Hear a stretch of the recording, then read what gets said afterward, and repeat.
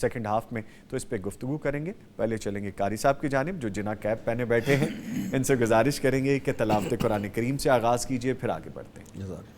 أعوذ بالله من الشيطان الرجيم بسم الله الرحمن الرحيم فلا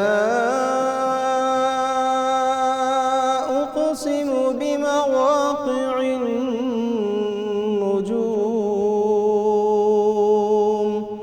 وإنه لقسم لو تعلمون عظيم إنه لقرآن كريم في كتاب مكنون لا يمسه إلا المطهرون تنزيل من رب العالمين أفبهذا الحديث أنتم مدهنون وتجعلون رزقكم أنكم تكذبون فلولا إذا بلغت الحلقوم وأنتم حينئذ تنظرون ونحن أقرب إليه منكم ولكن لا تبصرون فلولا إن كنتم غير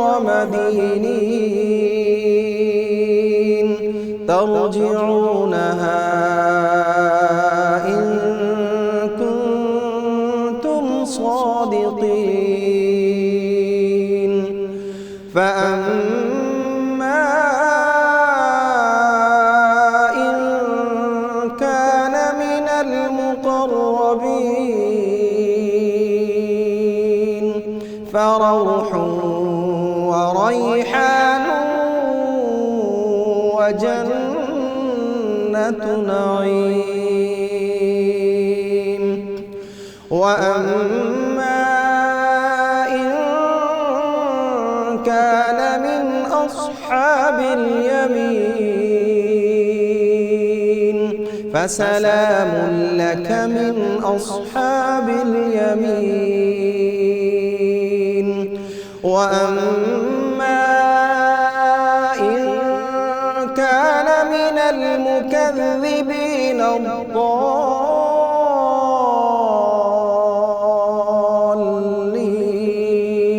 الضالين فنزل من حميم وتصلية جحيم إن هذا لهو حق اليقين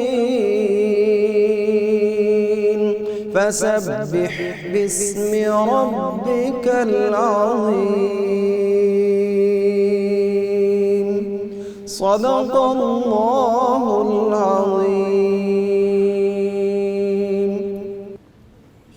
ماشاء اللہ، سبحان اللہ، جزاک اللہ قاری صاحب. اللہ تعالیٰ آپ کو جزائے خیر عطا فرمائے. سنتے ہوئے مجھے جو فیل آ رہی تھی کہ مجھے یہ فیل ہوتا ہے کہ میرے روح کی تسکین کلام الہی ہے، میری زندگی کا حاصل رب کی عطات ہے.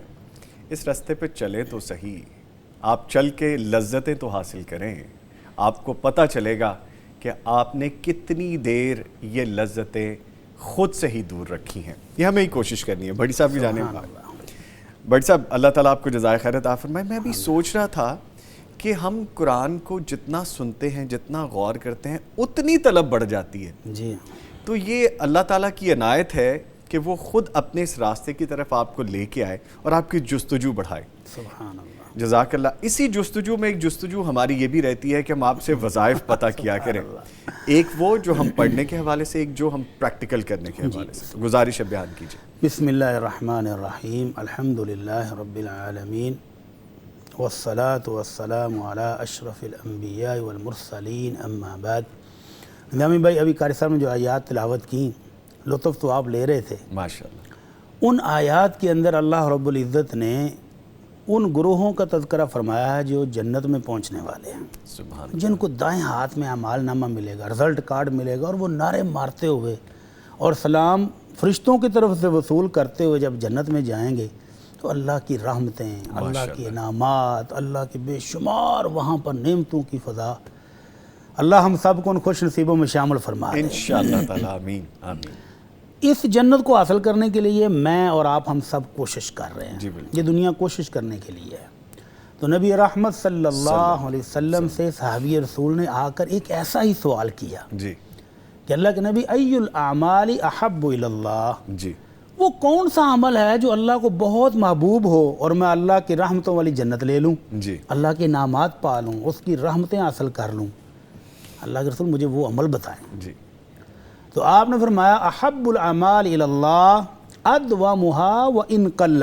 بڑا شاندار نسخہ آپ نے بتا دیا ہے کہ عمل کوئی سا بھی کرو جو آپ کو دل کو پسند آئے نا کہ میں یہ کروں گا، تھوڑا ہو، چھوٹا ہو، لیکن مسلسل آپ کرتے رہیں تو یہ اللہ کو بہت محبوب ہے. سبحان اللہ. نیک عمل. کوئی ایک عمل آپ اپنی زندگی میں فکس کر لیں کہ فرائض کے علاوہ یہ تو میں نے کرنا ہی کرنا ہے. مثال کے طور پر کچھ لوگ صدقہ کرنے کو اپنے اوپر لازم کر لیتے ہیں. ایک بہن سے ملاقات ہوئی، کہتی میں روزانہ صبح اٹھ کے تو آج کے دن جو میں نے صدقہ کرنا ہے نا وہ پیسے میں علیحدہ کر لیتی ہوں. سبحان اللہ. سبحان اللہ. اسی طرح میرے ایک بہت پیارے دوست ہیں، میں نے زندگی میں کئی سال تسلسل سے ان کو دیکھا، وہ کبھی بھی گھر سے 2 رکعت نفل یا اشراق کی نماز پڑھے بغیر نہیں نکلے. سبحان. اور اللہ تعالیٰ نے ایسی عزتوں سے نوازا ہے، ایسی کامیابیاں دی ہیں کہ بندہ حیران ہوتا ہے. تو اسی طرح اگر کوئی بندہ کوئی ایک عمل جو صرف میرا رب دیکھ رہا ہو اور مجھے پتا ہو، کسی دوسرے کو پتہ بھی نہ ہو، خاموشی سے ہو چھوٹا سا، اور آپ مسلسل کرتے رہیں تو وہ مسلسل کرتے کرتے بہت بڑا ہو جاتا ہے.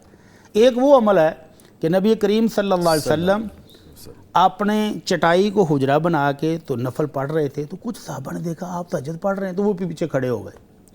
اگلے دن شور مچ گیا تو بہت زیادہ تعداد آ گئی. تیسرے دن تک مسجد کے اندر جگہ ہی نہیں بچی. تو آپ نے جب ان کا شوق دیکھا نا تو آپ نے فرمایا اتنا عمل کرو جتنی طاقت رکھتے ہو، اللہ اجر دیتا جائے گا، تم بھی تھک جاؤ گے. تو اتنا سا کر لو جو تھوڑا ہو لیکن مسلسل ہو. اور مسلسل کرنے کا پھر بندہ کہاں تک پہنچتا ہے.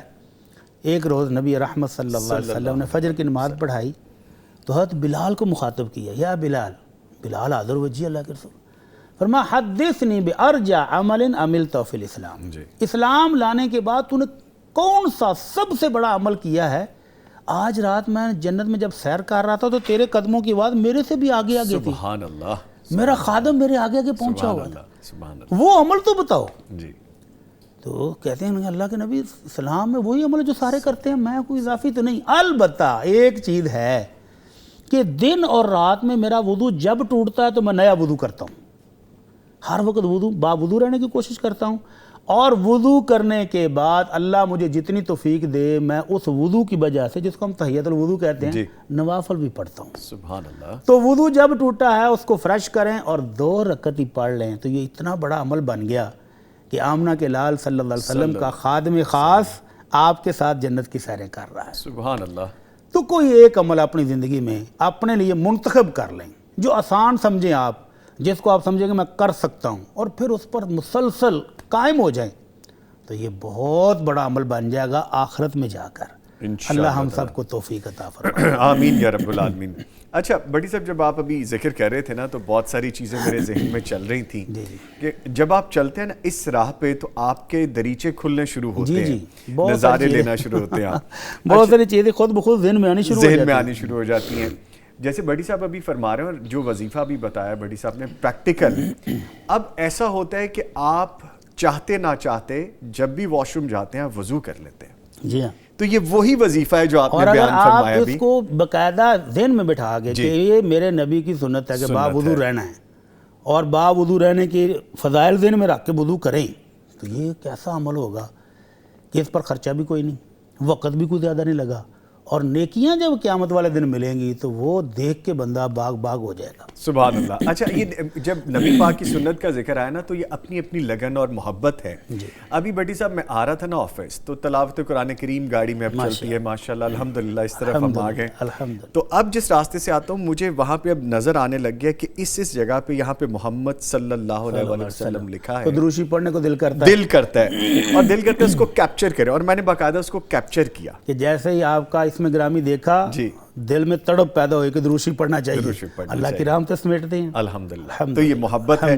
آپ محبت میں جب چلتے ہیں تو پھر وہ محبت کے رنگ بھی آپ کو نظر آتے ہیں. الحمدللہ. ماشاءاللہ. لیں سر ایک ذمہ داری سوالوں والی. بسم اللہ کرتے ہیں جی. پہلا سوال ہے، کیا کسی حدیث سے ثابت ہے کہ قیامت کے دن ایک ایک قبر سے 70 مردے نکلیں گے؟ ہاں، یہ نظامی بھائی ہمارے ہاں جو بہت ساری چیزیں سوشل میڈیا پر مشہور ہیں یہ ان میں سے ایک ہے. جی. اگر آپ قبرستان دیکھیں، اگر آپ لاہور کے پوش علاقوں کے قبرستان دیکھیں تو جہاں قبر کو ماربل لگا کے فکس کر دیا گیا ہے، جی. اگر فرض کر لیا جائے کہ یہ قبرستان قیامت تک رہے گا تو کہاں دوسری قبر بنے گی؟ اور اگر اسی کو ہم مدینہ منورہ لے جائیں تو نبی رحمت صلی اللہ علیہ وسلم کے دور کا جو قبرستان تھا آج بھی وہی ہے. تو 1400 سال میں وہاں کتنے فوت شدگان دفن ہو چکے ہیں، تو ایک قبر سے کتنے برآمد ہوں گے یہ تو میرا اللہ ہی جانتا ہے. اور ابھی قیامت تک وہ قبرستان چلے گا، اور قیامت کے قریب جب نبی رحمت صلی اللہ علیہ وسلم اللہ کے حکم سے مدینہ منورہ سے اٹھیں گے اور آپ کے صحابہ بھی اٹھیں گے تو آپ کے قریبی قبرستان سے کتنی مخلوق نکل گی یہ تو اللہ ہی جانتا ہے. تو ایسی کوئی حدیث نہیں ہے کہ ایک ایک قبر سے 70 مردے زیادہ بھی ہو سکتے ہیں اور کم بھی ہو سکتے ہیں. ٹھیک ہے. اچھا سر، یہ بھی ایک علم دیجیے گا کہ میں نے دیکھا ہے بڑوں سے کہ جب کوئی بہت پرانی قبر ہو جاتی ہے اپنے کسی عزیز کی، 30 35 40 سال گزر گئے، تو کہتے ہیں کہ اب اسی قبر میں ان کے بیٹے کو آپ ڈال دیں یا اسی قبر میں فلاں رشتہ دار کو بھی آپ جگہ دے سکتے ہیں. کیا یہ جائز ہے؟ اگر آپ حکمت دیکھیں نا کچی قبر کی، جی جی جی، تو کچی قبر بنانے کی ایک حکمت یہی تھی کہ اوپر سے مٹ جائیں گی، دوبارہ نہیں بن جائیں گی. لاہور شہر کے اندر میری آنکھوں کے سامنے ایک پلاٹ گورنمنٹ نے دیا تھا، بہت بڑا پلاٹ جی، قبرستان کے لیے. وہاں انہوں نے باقاعدہ لکھ کے لگایا کہ کوئی پکی قبر ہم نہیں بننے دیں گے، اور جیسے ہی یہ فل ہو جائے گا تو ہم پیچھے سے کچی قبریں گرا کے دوبارہ بنانی شروع کر دیں گے. لیکن پھر میں ایک عرصے کے بعد جب وہاں گیا تو وہ قبرستان 3 سے 4 منزلہ ہو چکا ہے پکی قبریں بننے کی وجہ سے. تو یہ کچی قبر کی ایک حکمت یہی تھی کہ وہیں پر دوبارہ بنے. اب مدینے کا قبرستان وہی کا وہی ہے جی، اور پورا آ رہا ہے، اور ہمارے ہاں جگہ ختم ہوتی جا رہی ہے. اب لاکھوں روپے کی قبر کی زمین ملتی ہے، اور وجہ کیا ہے کہ ہم ماربل لگا کے اس کو کور کر دیتے ہیں، ختم. اور بڑی صاحب جیسے آپ فرما رہے ہیں، ہم نے اکثر دیکھے جب قبرستان جاتے ہیں اپنے بزرگوں کی، عزیز و اقارب کی قبروں پہ، تو ہم دیکھتے ہیں بہت سی ایسی ویران قبریں ہوتی ہیں جہاں پہ لگتا ہے کوئی سال سے نہیں آ رہا. ہاں، تو وہاں پر قبر بننی چاہیے. خود نبی کریم صلی اللہ علیہ وسلم نے شہدائے احد، افضل ترین صحابہ کرام کو ایک ایک قبر میں 2 3 4 کو دفن کیا ہے. تو کوئی حرج نہیں ہے کہ ایک قبر میں ایک سے زائد کو دفن کیا جائے. قبر کھودنی مشکل ہو رہی ہے، کفن میں مشکل ہو رہی ہے، تو ایک قبر میں کئی فوت شدگان کو اکٹھا بھی دفن کیا جا سکتا ہے. تو اگر قبر اوپر سے مٹ چکی ہے تو بالکل کوئی حرج نہیں ہے وہاں پر دوسرا، تیسرا، چوتھا. بلکہ میں اس میں شامل ہوں، میں نے یہ پریکٹیکل کیا بڑوں سے پوچھنے کے بعد کہ جہاں میرے نانا جان کی قبر تھی وہاں پہ وہ کئی سال، 30 40 سال ہو گئے اس بات کو، تو وہاں پہ جب جگہ نہیں تھی تو میرے ماموں جب اس دنیا سے رخصت ہوئے تو ہم نے اس قبر میں ہی اسی میں دفن کریں، کوئی حرج نہیں، کوئی بالکل بھی حرج نہیں. اچھا سر، ویسے یہ سوال نا ہمیں آیا تھا رات کافی دیر پہلے، ایک کویسچن جو 2 3 دفعہ ریپیٹ ہوا، وہ میں آپ سے شیئر کر لوں.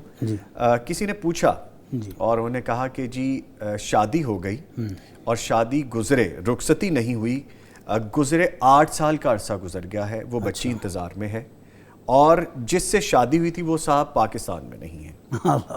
تو اب یہ اس شادی کا کیا 8 سال ہو گئے، 9 سال ہو گئے، دیکھیں رخصتی کو لیٹ کرنا تو شرعن جائز ہے. جی خود نبی کریم صلی اللہ علیہ وسلم نے جو ام المومنین عائشہ رضی اللہ عنہا سے شادی کی تو رخصتی 3 سال بعد ہوئی ہے. جی اس میں تو کوئی حرج نہیں ہے، لیکن عہد حاضر میں جو صورتحال ہے اخلاقیات کی، کردار کی، ہمارے ماحول کی، تو وہاں رخصتی جہاں جتنی جلدی ہو سکے اتنا بہتر ہے.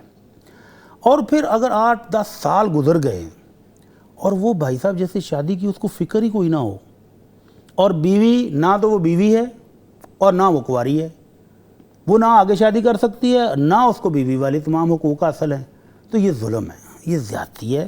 والدین کو بھی اس پر غور کرنا چاہیے کہ وہ لڑکے والوں سے بات کریں اور ان کو کہیں بھائی قرآن کہتا ہے فَإِمْسَاكُمْ بِمَعْرُوفٍ أَوْ تَسْرِيحٌ بِإِحْسَانٍ، جی یا تو اچھے طریقے سے بساؤ یا اچھے طریقے سے رخصت کرو. ٹھیک ہے. یہ لٹکا کے رکھنا یہ تو زمانہ جاہلیت والی حرکت سر ہے. 8-9 سال ہو گئے. زمانہ جاہلیت میں لوگ اسی طرح کرتے تھے کہ جس خاندان سے دشمنی لینی ہوتی، بدلے لینے ہوتے، ان کی بچیوں کو اسی طرح نکاح کر کے نہ طلاق دیتے تھے نہ بساتے تھے.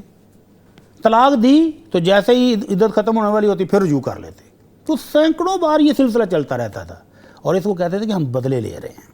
تو یہ تو خدا نخواستہ کوئی بدلہ لیا جا رہا ہے اس بچی سے، بچی کے والدین سے، کہ والدین نے اتنی محنت کر کے اتنا پیسہ لگا کے شادی کی اور ان کی ذمہ داری وہیں کے وہیں ہیں، اور وہ بچی جو زندگی بسانا چاہتی ہے اس کا بھی تو حوصلہ دیکھیں جی کہ وہ اسی شخص کے انتظار میں ہے کہ وہ کب آئے گا.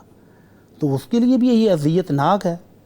شرعاً حضرت عمر رضی اللہ تعالیٰ عنہ نے تو ان مجاہدین کے لیے فیصلہ کر دیا تھا جو سرحدوں پر جنگیں لڑنے گئے ہوئے تھے کہ 4 ماہ سے زائد کوئی باہر نہیں رہے گا. جو جہاد کے لیے گیا ہوا ہے 4 ماہ کے بعد ضرور واپس گھر آئے گا. بیوی کے حقوق ہیں، اس کی بھی زندگی ہے، اس کو بھی جینے کا حق ہے. تو یہ صاحب کس لیے گئے ہوئے؟ کمانے کے لیے، بزنس کرنے کے لیے، ٹور پر کیوں گئے ہیں؟ تو جس مقصد کے لیے بھی گئے ہیں اتنی مدت تک بیوی کو الگ تھلگ رکھنا یہ ظلم ہے. اور بیوی کو اپنا حق حاصل کرنے کا پورا حق ہے کہ وہ عدالت سے رجوع کرے، خلا لے لے اور آگے شادی کر لے.